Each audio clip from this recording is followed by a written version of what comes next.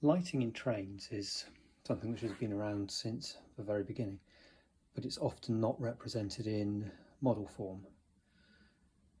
Now, fairly recently Hornby have brought out maglighting units that just use a battery and a magnet to enable coaches to be lit from inside without need of modification of the coaches, or sort of without needing pickups putting on the coaches. Been interested to try this for a while, and we'll see how easy it is. It's at the moment designed for Mark III coaches, and I've picked up some Mark III coaches. We'll give it a go.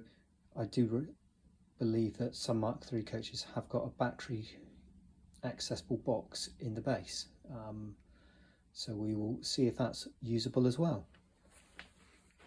Right, I've now taken the coach out of its box, just so we can have a look at the coach quickly and see if it does have the battery box in it. So these are glorious coaches, the latest versions, and they look absolutely wonderful. This is the TSD, so the coach with the disabled toilet within it. Interesting.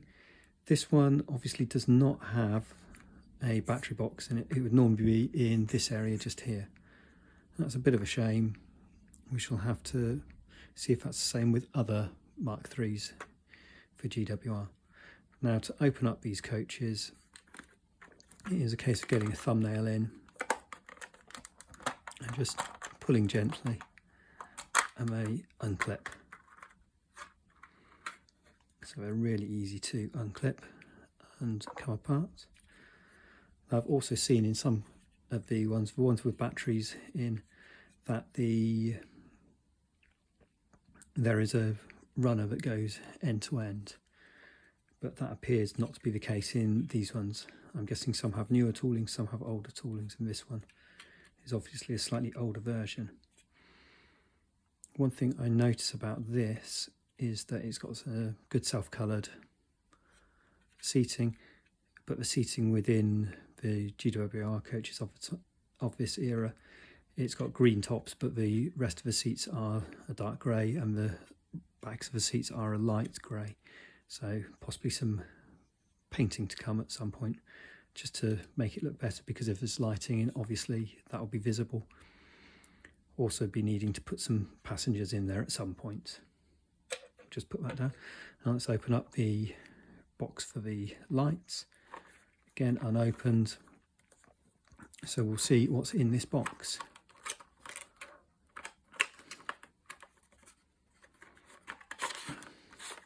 So we have the light unit, a magnet, and a battery for it. And some instructions. That will be useful.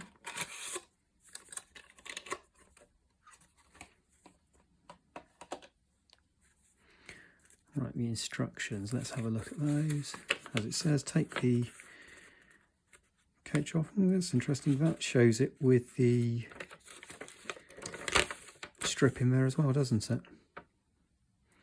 Yeah, obviously this one doesn't have the strip in the coach I have here, so we'll see how well it fits to the coach without the strip in. I'm just going to have a good read of these before I go any further. Right, so having had a good look at this, I think the best place I can put the battery will probably be within the disabled toilet compartment, because there's no windows in there. Obviously we wouldn't want to be able to see in there as it was travelling along, or if you were in there in real life you wouldn't want to be able to see out and have people seeing in at you using the facilities. But that would make a good hiding place. It should fit it quite nicely, so we'll have a go at that. Hopefully it will also be able to fit in the reed switch that appears to be there that the battery will activate. So that will be the plan for this one. Let's open this up. Now the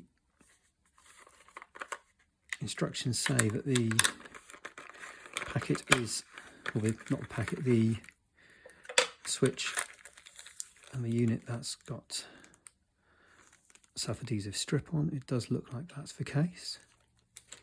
And then we have the battery down at the bottom. We will leave that just for the time being, and we'll see about getting this fitted. There's a magnet to turn it on and off. Now, as we haven't got the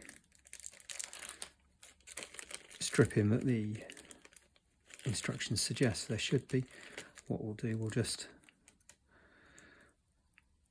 have a quick look, and we should be able to stick it to the roof of the coach. What I might do is put a little bit of double-sided tape to be able to stick the reed switch to the roof of the coach as well. So how long is this in comparison to the coach?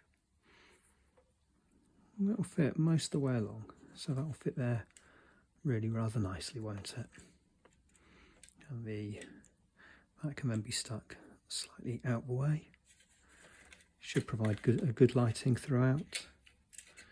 Now, these are set to be a cool white lighting, suitable for modern era coaches.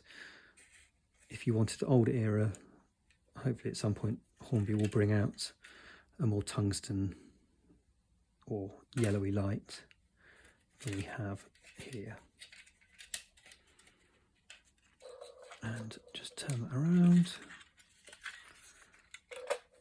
Yep, that looks like that should hide in there quite nicely. So that looks pretty grand to me. Let's go and get a little bit of double-sided tape so we can start by getting everything secured in place. Right, I've now got the tape. It's a bit of a shame it wasn't a little bit provided. It wouldn't have cost much extra for Hornby. And we will just snip a small bit off and stick it on the rear of this, so that I can then secure that to the roof as well, because we don't want that flapping down into view. Right, that's now secure. That side. And let's take it off. It's always fun removing the backing of it. Right, so that is the backing removed on that. And let's just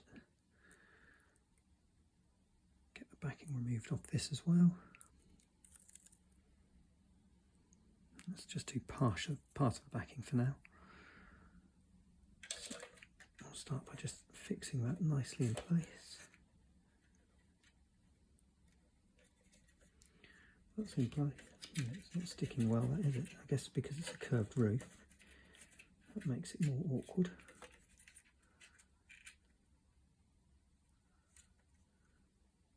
Okay, you going to stick, or are you not going to stick?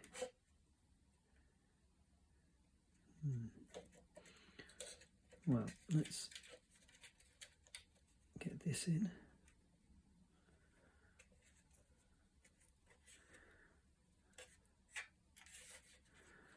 Trapping the tape slightly.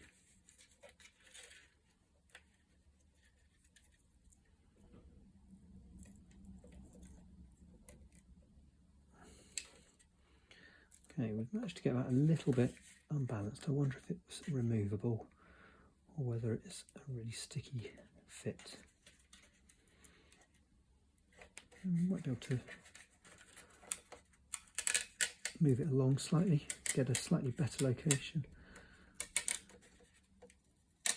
because we don't want to have one end with a lot more light than the other. So let's move it on by about an inch.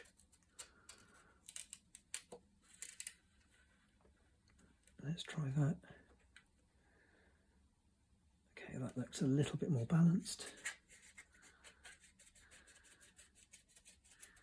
So we've got all of those in place.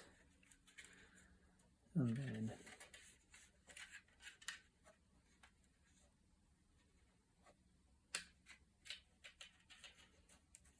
how are we going to get you to be able to stick there?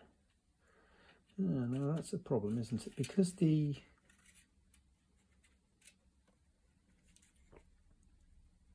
coach doesn't have the mounting point, it doesn't stick very easily on the curved roof. I think we've managed to get that to stick, but I do wonder whether we might want to put something different on that. Maybe just a bit of tape across the top to stop it flapping down.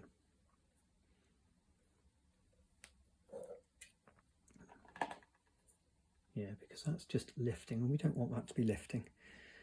So let's go and get a little bit of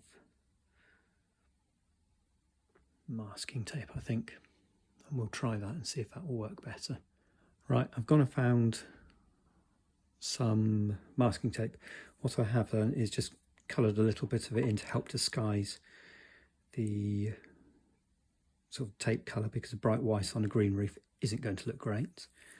And we will stick that on and just see how well this works.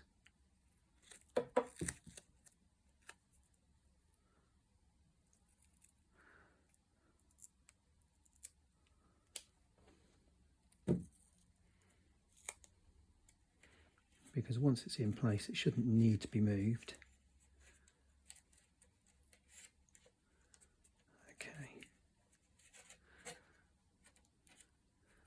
That's now held securely in place.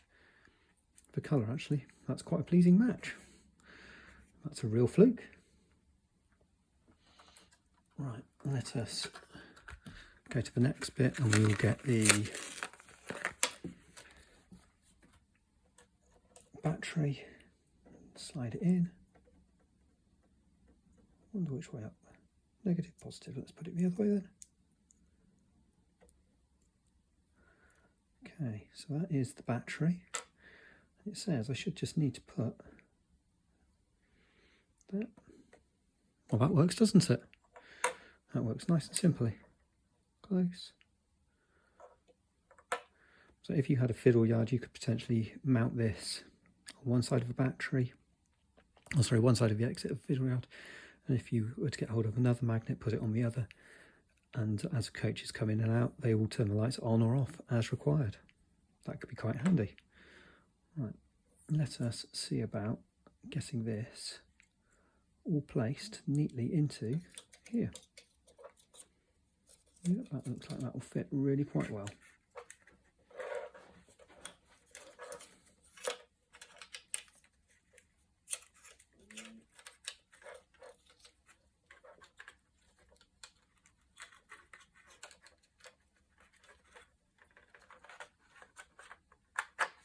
Get it all folded into place. Can't see wires through that window or through that window, so let's gently clip it into place. There we go, coach is all clipped together. And let's just put the magnet over the end. And we have lights. In daylight they really don't show that well, but we shall try it on the track in a darker environment in a moment and see what it looks like.